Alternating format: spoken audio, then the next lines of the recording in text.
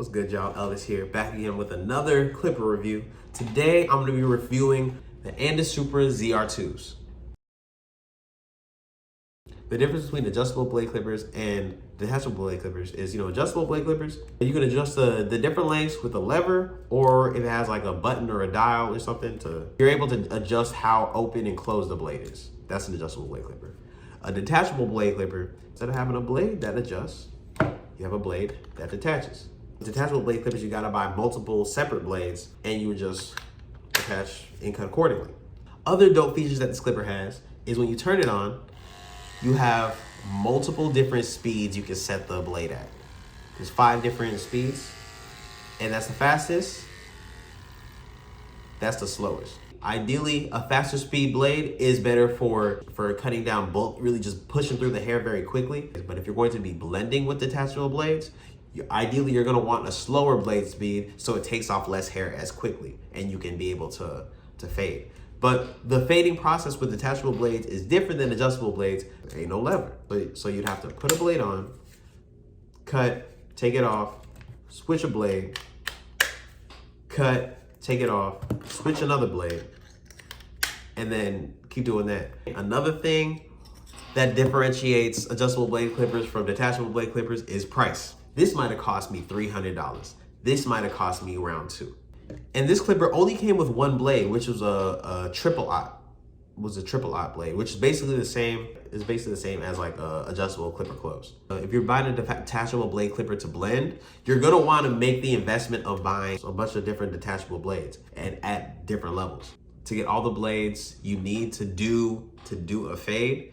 Generally, you're gonna need like maybe 4 or 5 blades. I don't want to get too in depth about the different levels of blending, especially when it comes to detachable blades, because it is slightly different than adjustable blades. There's like a triple aught blade, an OA blade, a 1A blade, like there's a 1.5, a 2. I don't want to dump too much information on y'all, but like a 1 blade and a 1 guard are not the same.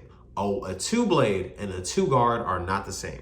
There's a process of blending with detachable blades that you have to learn separately from how you do adjustable. But once you learn the levels and how both systems work, you can mix and match different techniques to get whatever results that you want. But another feature that I really like about this clipper, that is the main reason I got it, the battery is removable.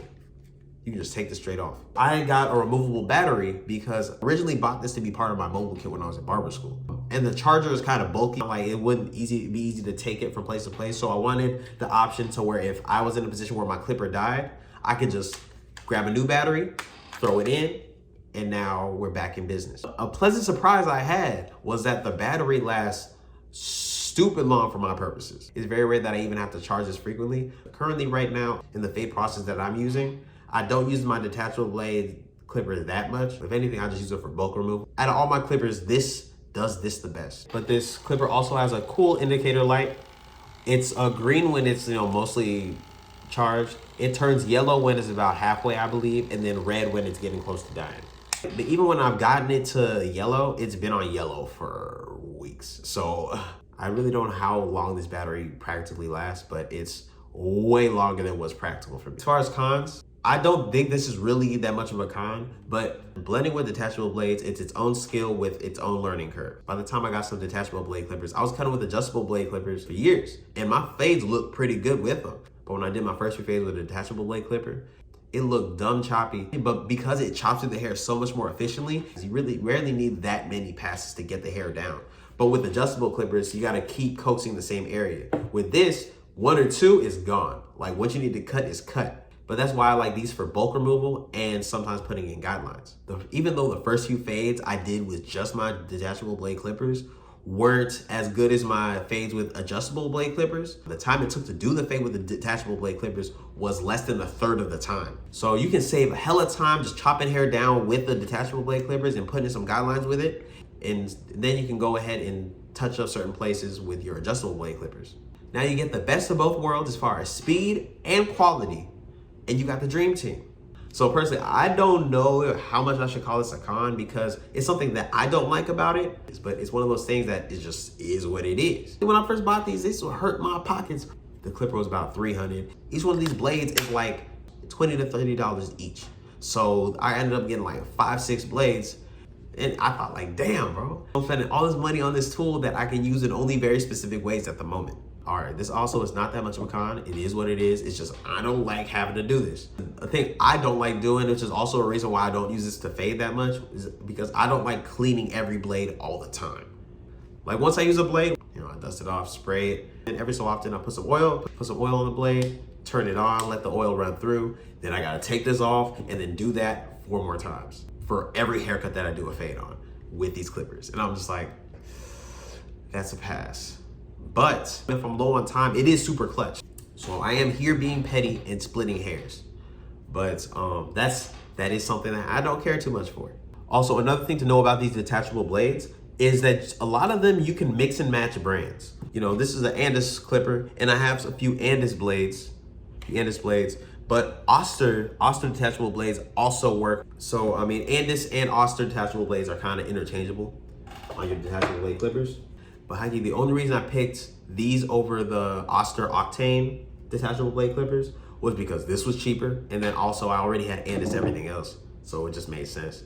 But in conclusion, these clippers are dope. I would recommend detachable blade clippers for any barber that cuts a significant amount of volume or wants to be a certain level of efficient with their time. I wouldn't recommend detachable blade clippers to beginner barbers. Okay, so to buy these clippers and to buy all the blades that you need to do a fade, I feel like is a big investment. And if you don't plan on using it to optimize your process, I don't think it's worth it. Because you can do everything you need to do with adjustable blade clippers.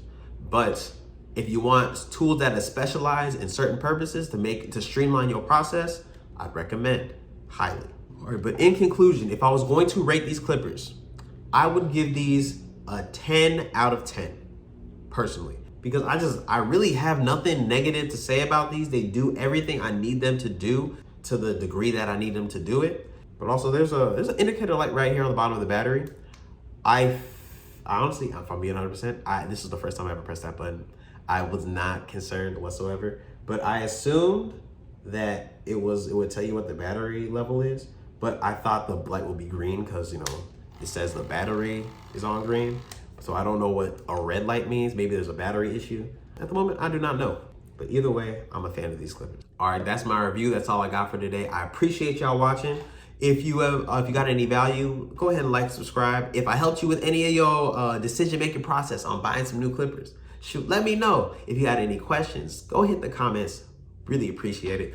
But if you haven't already, go ahead and follow me on Instagram @CutsByElvis. Until next time, Craft of a Clout, I'm out.